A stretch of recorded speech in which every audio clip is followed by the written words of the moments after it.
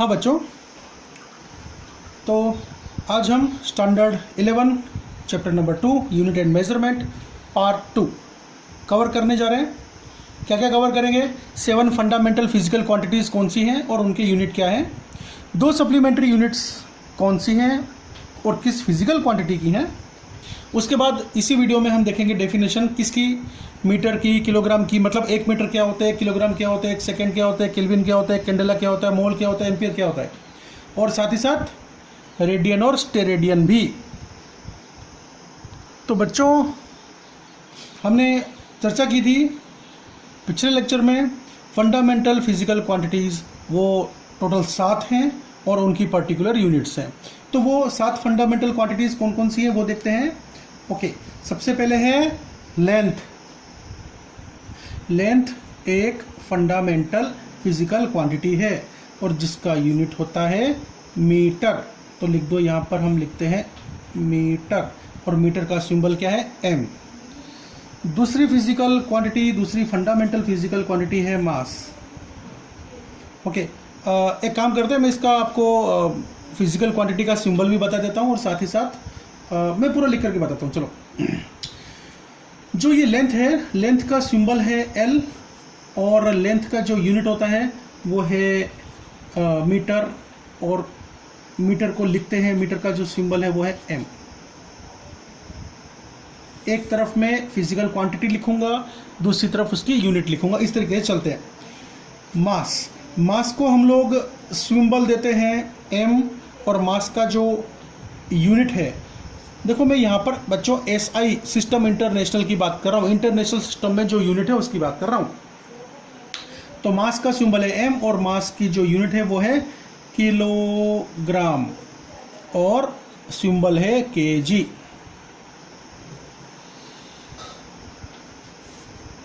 तीसरी fundamental physical quantity है time. Okay, जिसको हम लोग कैपिटल टी या स्मॉल टी से भी डिनोट कर देते हैं। ओके, टाइम का यूनिट है ऐसे सिस्टम में सेकेंड, और ये जो सेकेंड है उसको हम सिंबल देते हैं एस। चौथी फंडामेंटल फिजिकल क्वांटिटी है इलेक्ट्रिक करंट। इलेक्ट्रिक करंट को हम सिंबल देते हैं आई। इलेक्ट्रिक करंट का जो यूनिट होता है वो एम्पियर, और एम्पियर का सिंबल है ए।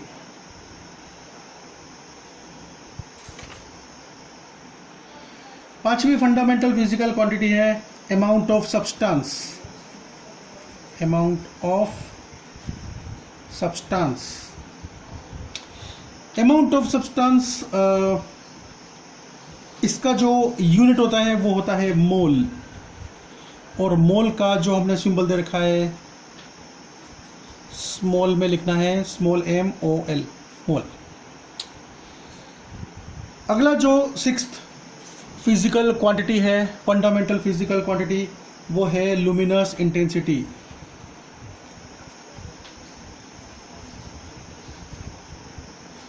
लुमिनस इंटेंसिटी का यूनिट होता है कैंडेला, और सिंबल कैंडेला का हमने लिखा है स्मॉल सी स्मॉल डी या कैपिटल सी स्मॉल डी। अगली फंडामेंटल फिजिकल क्वांटिटी है 1 2 3 4 5 6, एक रह गया, length, mass, time, electric current, temperature, amount of substance, luminous intensity, temperature.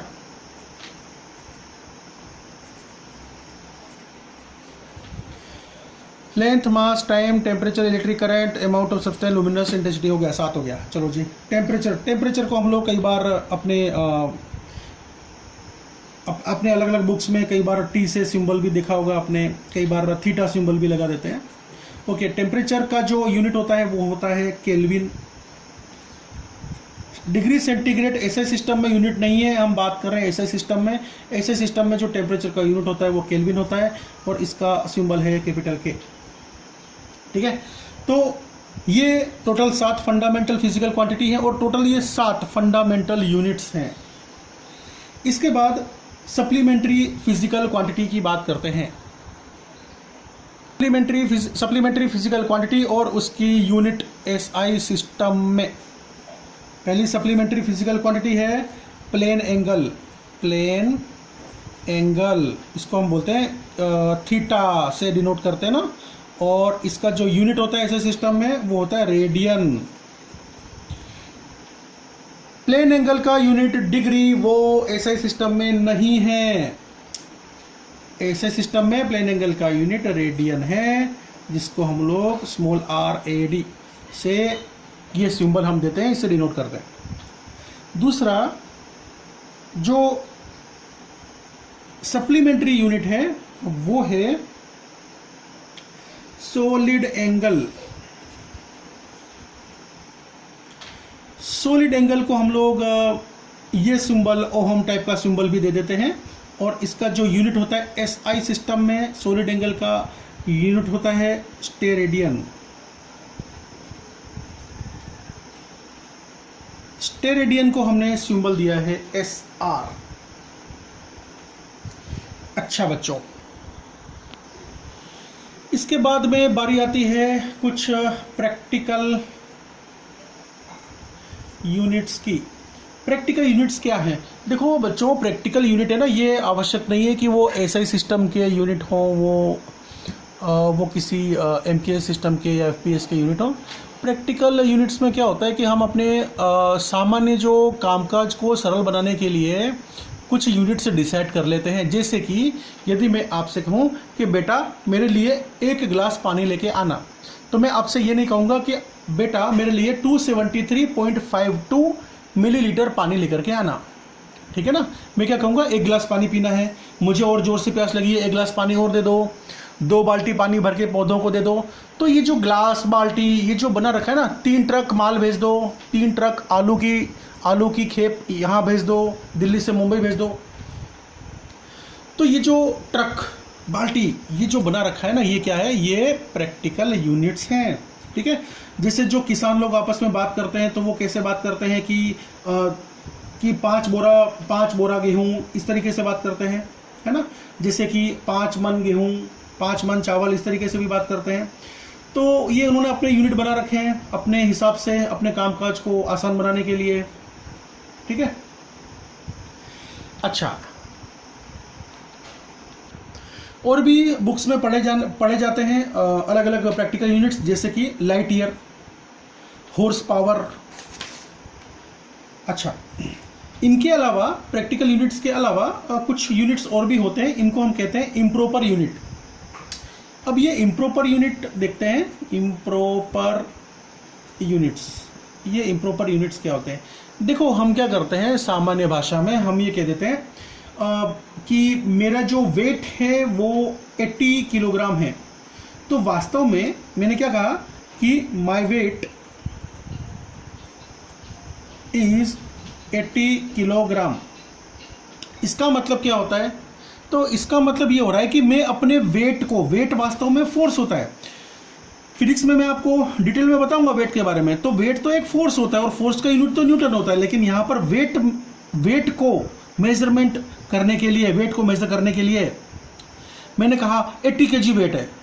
अरे किलोग्राम तो ये मास का यूनिट होता है, kilogram is unit of mass, kg is unit of mass. तो ये क्या चमत्कार कर दिया, मास का यूनिट लिख रहे हैं और बता रहे हैं, मेजर कर रहे हैं, वेट के बारे में इंफॉर्मेशन दे रहे हैं। ये क्या चमत्कार है? तो ये चमत्कार करने वाली जो यूनिट होती है ना, वही इम्प्रॉपर यूनिट कहलाती है। मतलब ये है कि अगर यूनिट और फिजिकल क्वांटिटी इनके नेचर डिफरेंट हो। देखो, फिजिकल क्वांटिटी है वेट, वेट एक फोर्स होता है जिसका यूनिट वास्तव में न्यूटन होता है ना। तो अगर यूनिट और फिजिकल क्वांटिटी, अब ये यूनिट किसका है, मास का है ना, तो ये जो यूनिट है ना वो अलग नेचर की है और फिजिकल क्वांटिटी वेट अलग नेचर की है। तो हम कहेंगे कि इम्प्रॉपर यूनिट वो यूनिट होते हैं जो कि जिसमें कि unit and physical quantity have different nature, ठीक है। ओके, अब हम डेफिनेशन जो देख रहे हैं, सबसे पहले 1 मीटर की डेफिनेशन क्या है, 1 मीटर की डेफिनेशन क्या है। देखो बच्चों, एक बात तो ये आप जानते ही हो कि 1 सेकेंड में लाइट कितना मीटर ट्रेवल करती है, तो हम कहेंगे कि जो लाइट की स्पीड है ना c, वो क्या है, वो है 299,792,458, मतलब लगभग 3 × 10⁸ मीटर पर सेकेंड। 1 सेकेंड में इतना मीटर लाइट चल पड़ती है, इतना डिस्टेंस ट्रेवल कर लेती है, इतनी लेंथ ट्रेवल कर लेती है 1 सेकेंड में। ओके, तो देखो ये हम लिख सकते हैं ना कि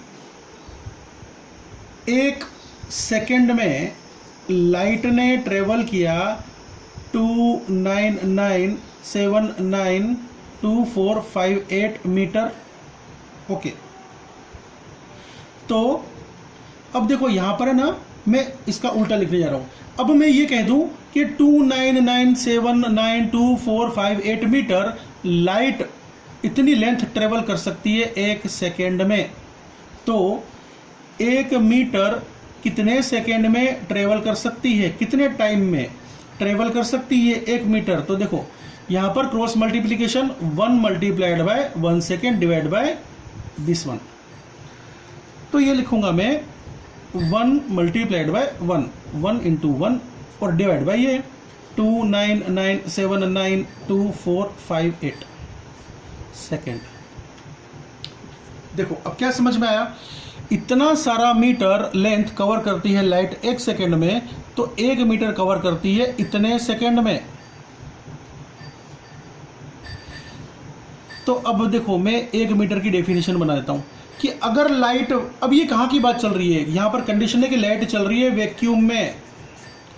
अगर लाइट वैक्यूम में 1 सेकेंड के इतनेवें पार्ट में जितना डिस्टेंस ट्रेवल करती है वही डिस्टेंस 1 मीटर है, या मैं ये कहूं कि length of path travelled by light in vacuum within time interval of 1 / 299,792,458 second,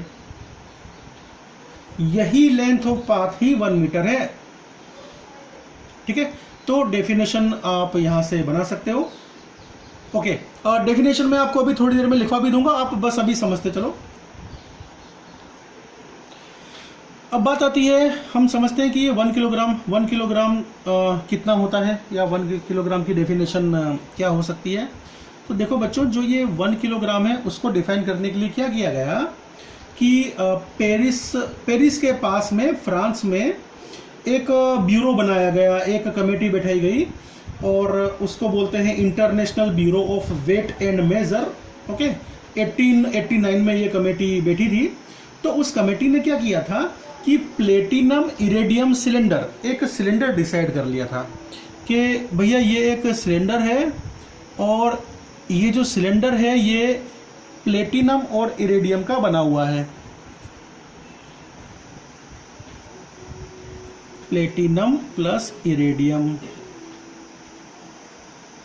okay, तो प्लेटिनम और इरेडियम से बने हुए, इसके मिक्सचर से बने हुए जो ये सिलेंडर है, इस सिलेंडर को पर्टिकुलर शेप और साइज, अब शेप और साइज, शेप तो हमको पता ही है कि ये एक सिलेंडर है, तो इसको पर्टिकुलर साइज दे दिया गया कि इसका डायामीटर ये पर्टिकुलर होगा और इसकी जो ये हाइट है वो ये पर्टिकुलर होगी।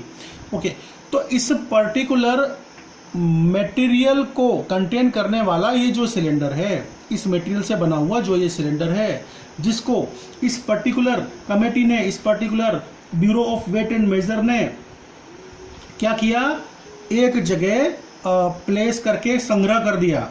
ठीक है ना। ओके, तो ये कहा गया कि हम सभी, पूरी दुनिया के लोग इस पर्टिकुलर सिलेंडर के मास को ही 1 kg मास कहेंगे। ठीक है, तो इस पर्टिकुलर सिलेंडर का जो मास है वो 1 kg मास है। इसका भी डेफिनेशन मैं आपको अभी लिखवा दूंगा थोड़ी देर में, अभी आप समझते चलो। अगले यूनिट की बात कर रहा हूं, केल्विन। ये केल्विन किसका यूनिट होता है? फिजिकल क्वांटिटी टेम्परेचर का यूनिट होता है केल्विन। अब मैं बात करता हूं एक केल्विन की। देखो बच्चों, आपको पता है ट्रिपल पॉइंट ऑफ वाटर क्या होता है? पहले तो आपने पढ़ रखा है। ट्रिपल पॉइंट ऑफ वाटर मतलब कि ऐसा टेम्परेचर जिस टेम्परेचर पर जो वाटर है ना H2O, वो तीनों फेज में, सॉलिड, लिक्विड, गैस, तीनों फेज में अवेलेबल होता है, एग्जिस्ट करता है एक साथ। इसीलिए उस टेम्परेचर को हम ट्रिपल पॉइंट ऑफ वाटर कहते हैं। अब देखो बच्चों, ये जो ट्रिपल पॉइंट ऑफ वाटर है ना, ये अगर सेंटीग्रेड में देखें तो लगभग 0 डिग्री सेंटीग्रेड के आसपास होता है। अब बात आती है यहाँ पर, तो ऐसे सिस्टम की बात चल रही है, केल्विन की बात चल रही है, तो हम ये कहेंगे कि जो ये ट्रिपल पॉइंट ऑफ वाटर है, देखो सपोज इस लेवल को मैं कह देता हूँ ट्रिपल पॉइंट ऑफ वाटर, ठीक है। मतलब यहाँ पर एक टेम्परेचर है और इस टेम्परेचर को मैंने कह दिया, इस टेम्परेचर का नाम रख दिया TO टेम्परेचर, जो कि ट्रिपल पॉइंट ऑफ वाटर है। ओके, यहाँ पर कुछ तापमान होगा, कुछ यहाँ पर टेम्परेचर है। अगर मैं ये कह दूं कि ये जो particular triple point of water temperature है ना, इसका मैं 273.16 पार्ट कर दूं, तो जो एक पार्ट बनेगा ना, वो 1 केल्विन कहलाएगा, ठीक है। अच्छा, अब इसके बारे में देखो, अभी तो बस इतना समझ लो, इसके बारे में तो आप डिटेल में आगे आप पढ़ने ही वाले हो। आगे आपके जो 11th क्लास में ही टॉपिक आने वाले हैं, वहाँ पर आप ठीक से केल्विन से परिचित हो जाएंगे। डिग्री सेंटीग्रेड एग्जैक्टली क्या होता है ना, हीट क्या है, टेम्परेचर क्या है। तो अभी बस इतनी जानकारी पर्याप्त है आपके लिए, बस ये केवल जानकारी के लिए है। देखो बच्चों, जो ये मैं डेफिनेशन आपको बता रहा हूँ, लिखा रहा हूँ ना, ये केवल समझने के लिए है हाल फिलहाल, और आपके सिलेबस में, आपकी बुक में वहाँ पर लिखा हुआ है कि ये डेफिनेशन आपको याद करने या पूछने के हिसाब से नहीं है। ओके, लेकिन इसमें कुछ डेफिनेशन ऐसी हैं जो कि याद रखने और पूछने के हिसाब से हैं, पर बात समझने की है। अगर आपको कंसेप्ट समझ में नहीं आएगा तो आगे तो फिर गड़बड़ झाला कर दोगे, ठीक है ना। ओके, तो 1 केल्विन क्या होता है? तो पहली बात, केल्विन ये ऐसे सिस्टम में यूनिट होती है फिजिकल क्वांटिटी टेम्परेचर की। 1 केल्विन जो है वो ट्रिपल पॉइंट ऑफ वाटर का 273.16 पार्ट होता है। मोल, अमाउंट ऑफ सब्सटेंस नाम की फिजिकल क्वांटिटी का जो यूनिट है वो है मोल, और यहां पर अब बात आ रही है 1 मोल की। देखो बच्चों, आपको पता है 1 डजन केला, 1 डजन बनाना, तो ये 1 डजन है क्या? ये 1 डजन है अमाउंट ऑफ सब्सटेंस, मतलब अमाउंट ऑफ बनाना। अब मैं कहूँगा बनाना वाले भैया, केला वाले भैया, मुझे केला देना, तो वो केला वाला भैया मुझसे पूछेगा आप अमाउंट ऑफ सब्सटेंस तो बोलो, आप बनाना की मात्रा बोलो, बनाना का अमाउंट बोलो। मैं बोलूँगा 1 डजन या 2 डजन। जब मैं 1 डजन बोलूँगा तो वो मुझे 12 केले दे देगा, 12 बनाना दे देगा, ठीक है ना।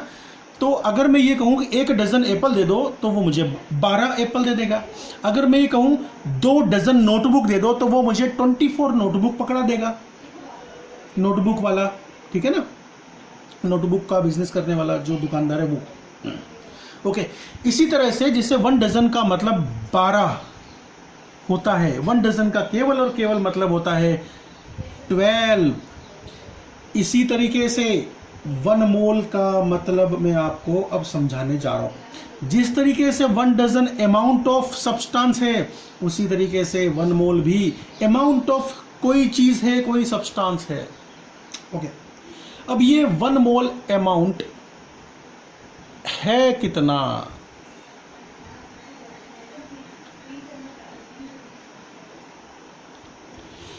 देखो बच्चों, अगर मैं 6C12, इसको हम लोग बोलते हैं कार्बन 12, अगर मैं कार्बन 12 एलिमेंट को 12 ग्राम तोल के इस टेबल पर रख दूं, ये मैंने एक टेबल बना दिया है और इस टेबल पर मैंने कितना 12 ग्राम ऑफ कार्बन एलिमेंट यहां पर रख दिए हैं। कौन सा वाला कार्बन? कार्बन 12, C12 जो कार्बन है उसको मैंने 12 ग्राम तोल के यहां पर रख दिया है। तो इस 12 ग्राम के इस तोल वाले 12 ग्राम C12 कार्बन का जो ये ढेर लगा हुआ है, इसके अंदर अगर मैं एटम्स की संख्या को गिनूंगा तो सपोज वो एटम्स की संख्या Na के बराबर निकली, मतलब मैं उसको गिनूंगा और गिनने के बाद में वो संख्या इतनी निकली, वो नंबर इतना निकला, इतनी नंबर्स में कार्बन के एटम है। तो बच्चों यही नंबर, यही संख्या 1 मोल है। जैसे कि 1 डजन मतलब कि 12 की संख्या, ऐसे ही 1 मोल मतलब ये संख्या, और ये संख्या कितनी है तो इसको हम बोलते हैं एवोगेड्रो नंबर। और एवोगेड्रो नंबर होता है 6.02 इंटू 10⁻23। फिर से 1 डजन का मतलब होता है 12 की संख्या, ऐसे ही 1 मोल का मतलब होता है 6.02 इंटू 10⁻23 की संख्या। अगर मैं ये कह दूं कि 1 मोल मुझे केले दे दो, 1 मोल मुझे बनाना दे दो, तो बनाना वाले अंकल को, बनाना वाले भैया को मुझे 6 के आगे अभी 23 जीरो लगा लो, इतने सारे बनाना देने पड़ेंगे। पूरी दुनिया में से इकट्ठे करके ला पाएंगे नहीं ला पाएंगे वो परमात्मा जाने, ठीक है। तो 1 मोल का मतलब 6.02 इंटू 10⁻23। ये कौन सी संख्या है? ये वो संख्या है कि अगर मैं 12 ग्राम 12 ग्राम C12 को तौल के एक टेबल पे रख दूं, तो उस टेबल पर जो कार्बन एलिमेंट है उसके एटम्स को गिनना शुरू करूं तो वो संख्या इतनी बैठने वाली है। अगली फिजिकल क्वांटिटी है एम्पियर। ये एम्पियर यूनिट होता है इलेक्ट्रिक करंट का, और अब हम बात करने जा रहे हैं 1 एम्पियर की। ये 1 एम्पियर इलेक्ट्रिक करंट होता कितना है? देखो बच्चों, सबसे पहले इसके लिए कंडीशन बना लेते हैं। मान लो कि हमारे पास में 2 थिन पतले पतले वायर्स हैं, और इन वायर्स में इलेक्ट्रिक करंट आई फ्लो होता है, इलेक्ट्रिक करंट आई फ्लो होता है। ये जो 2 पतले पतले वायर्स हैं, इन वायर्स का लेंथ आपको 1 मीटर लेना है, और ये जो वायर्स हैं इनके बीच डिस्टेंस भी आपको 1 मीटर लेना है। और साथ ही साथ इन वायर्स को किस मीडियम में रखना है? वैक्यूम में रखना है, या फ्री स्पेस में रखना है, या एयर में रखना है। तो यहाँ पर जो मीडियम है, मीडियम वो फ्री स्पेस है, फ्री स्पेस मतलब कि एयर या वैक्यूम। ओके, इन सभी कंडीशंस को ध्यान में रखते हुए देखो बच्चों, ये भी कंडीशन है कि जो वायर है वो थिन वायर होने चाहिए, थिन स्ट्रेट पैरेलल, है ना, पैरेलल भी होने चाहिए, थिन होने चाहिए, स्ट्रेट होने चाहिए। ओके, इन सभी कंडीशंस के साथ अगर यहाँ इन दोनों वायर्स में इलेक्ट्रिक करंट फ्लो करवाया जाता है तो ये दोनों वायर्स एक दूसरे के ऊपर फोर्स अप्लाई करते हैं, और अगर ये फोर्स का value F is equal to 2 into 10⁻⁻7 newton है, तो ये दोनों एक दूसरे के ऊपर फोर्स लगाएंगे। अट्रैक्शन फोर्स कब लगता है, रिपल्शन फोर्स कब लगता है, ये आप 12th में जानोगे। बस इतना समझ लो कि 2 पैरेलल वायर हैं, उनके अंदर से करंट पास होता है, तो वो वायर्स एक दूसरे के ऊपर फोर्स लगाते हैं। अभी इतना ध्यान रखना, अगर ये फोर्स का वैल्यू 2 इंटू 10⁻⁻7 न्यूटन हुआ, तो ये दोनों वायर्स में जो करंट फ्लो हो रहा है, लगातार जो कांस्टेंट करंट फ्लो हो रहा है, वो करंट 1 एम्पियर करंट है। ठीक है, मैं आपको डेफिनेशन सारी लिखवाता हूं। तो पहले डेफिनेशंस को समझ लो, बाकी सब अभी मैं बाद में आपको लिखवाऊंगा, ठीक है ना। देखो बच्चों, कैंडेला किसका यूनिट है? फिजिकल क्वांटिटी लुमिनस इंटेंसिटी का यूनिट है कैंडेला। फिजिकल क्वांटिटी का नाम क्या है? वो है लुमिनस, LUM, फिर से लिखता हूं LUMI, luminous intensity. Luminous intensity क्या होती है? अरे ये तो बड़ी कोई खतरनाक सी चीज मालूम पड़ती है। खतरनाक नहीं है, ये है चमक। चमक को ही हम कहते हैं लुमिनस इंटेंसिटी। तो ये जो लुमिनस इंटेंसिटी मतलब कि जो ये चमक फिजिकल क्वांटिटी है, ये चमक फिजिकल क्वांटिटी का यूनिट एसआई सिस्टम में होता है कैंडेला। और अब हम देखने वाले हैं कि ये जो 1 कैंडेला है, ये 1 कैंडेला कितना यूनिट है। मान लो कि हमारे सामने कोई दीपक जल रहा है, और दीपक की जो ये लो है, इसमें से चमक निकल रही है, ठीक है, या इसको हम कहते हैं सोर्स ऑफ लाइट। ओके, या हमारे सामने कोई इलेक्ट्रिक बल्ब है। अब ये इलेक्ट्रिक बल्ब कितनी चमक प्रोड्यूस कर रहा है? जो सोर्स ऑफ लाइट है वो कितनी इंटेंसिटी में लाइट दे रहा है, लुमिनस इंटेंसिटी, चमक कितनी है, इस चमक को मापने के लिए हम ऐसे सिस्टम में यूनिट यूज करते हैं, उसका नाम है कैंडेला। 1 कैंडेला कितना होता है? तो देखो बच्चों, सपोज ये एक सोर्स ऑफ लाइट है, जिससे कि मैंने ये बनाया कि ये एक सोर्स ऑफ लाइट है, ठीक है। अब मैं क्या करता हूँ, आपने वो जो चना खारी सिंह वाले देखे जिसके अंदर एक कोन होता है, जैसे कि मेहंदी कोन होता है ना, ओके, हम कोनिकल शेप ले लेते हैं, एक होलो कोन ले लेते हैं कुछ इस तरीके से। मैंने ये एक होलो कोन ले लिया कुछ इस तरीके से, ठीक है ना। अब देखो ये जो होलो कोन है ना, इस होलो कोन का ये जो एंगल है ये सॉलिड एंगल है। अगर इस सॉलिड एंगल को मैं 1 स्टेरेडियन ले लूँ, ठीक है, ओके। अब ये जो हमारा सोर्स है ना, कंडीशंस बता रहा हूँ मैं कि ये जो सोर्स है, अगर ये सोर्स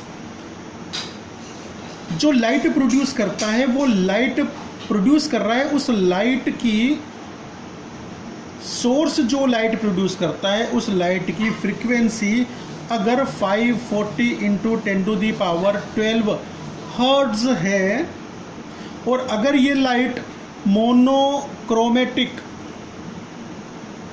लाइट है, तो ऐसी कंडीशन में अगर यहाँ से जो पावर है वो पावर हमको रिसीव होती है 1/683 वाट, तो हम कहेंगे इन सभी कंडीशंस अगर फुलफिल हो रही है तो हम कहेंगे कि जो चमक है इस सोर्स की वो 1 कैंडेला है।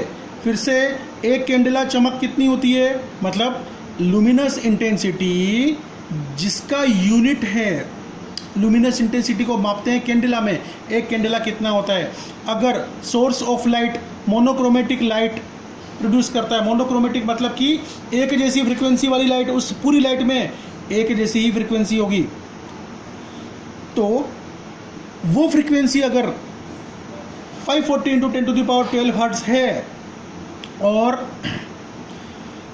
पावर जो रिसीव हो रही है वो 1/683 वाट है पर यूनिट स्टेरेडियन, एक स्टेरेडियन सॉलिड एंगल से निकलने वाली जो पावर है अगर वो इतनी है, तो इस कंडीशन में हम इस चमक को, इस लुमिनस इंटेंसिटी को 1 कैंडेला लुमिनस इंटेंसिटी कहेंगे, ठीक है। इसकी डेफिनेशन में भी अभी मैं थोड़ी देर में लिखवाता हूँ।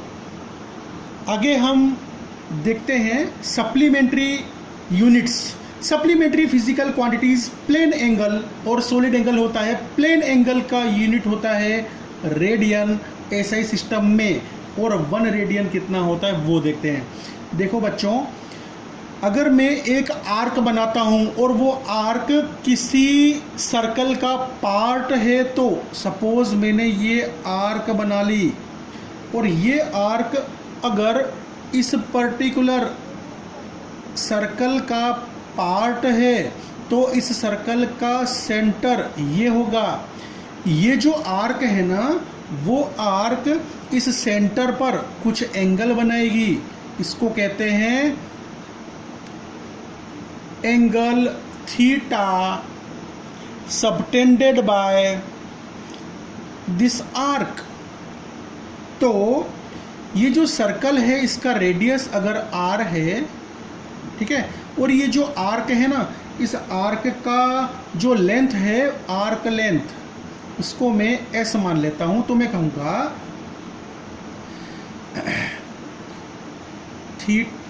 Theta into r is equal to s, that is why theta is equal to s upon r। तो मैं कहूँगा कि जो ये एंगल थीटा है ना, वो length of arc divided by radius of circle contend by arc है।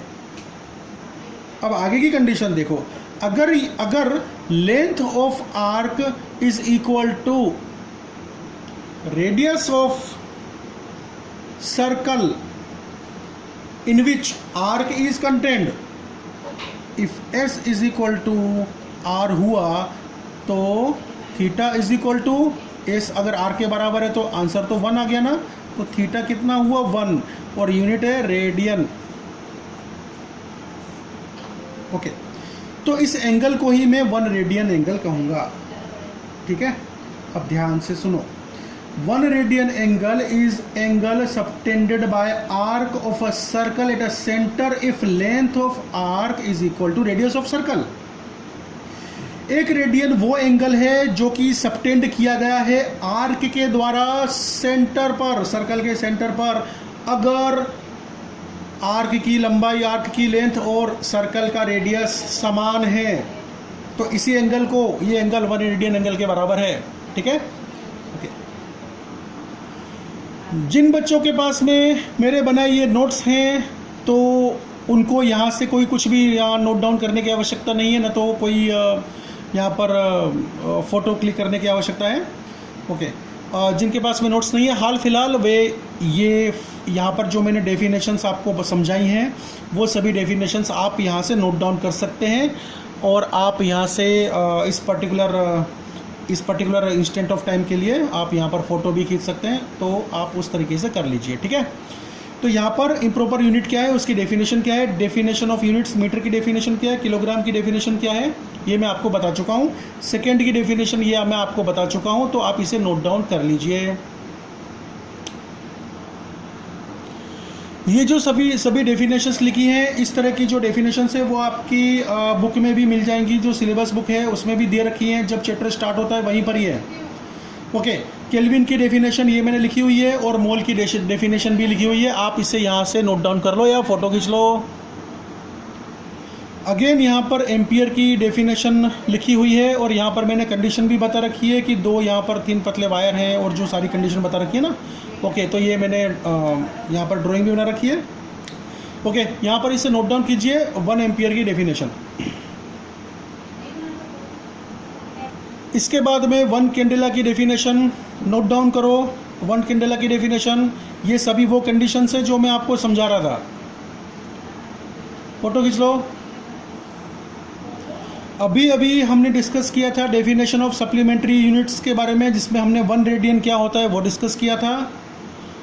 ओके, नोट डाउन करो, यहाँ पर मैंने कंडीशन भी लिखी हुई है, if S is equal to R then theta is equal to 1 radian. ठीक है, आप इस तरीके से डेफिनेशन लिख सकते हो, इसको ठीक से समझ लो और नोट डाउन करो, स्नैपशॉट ले लो।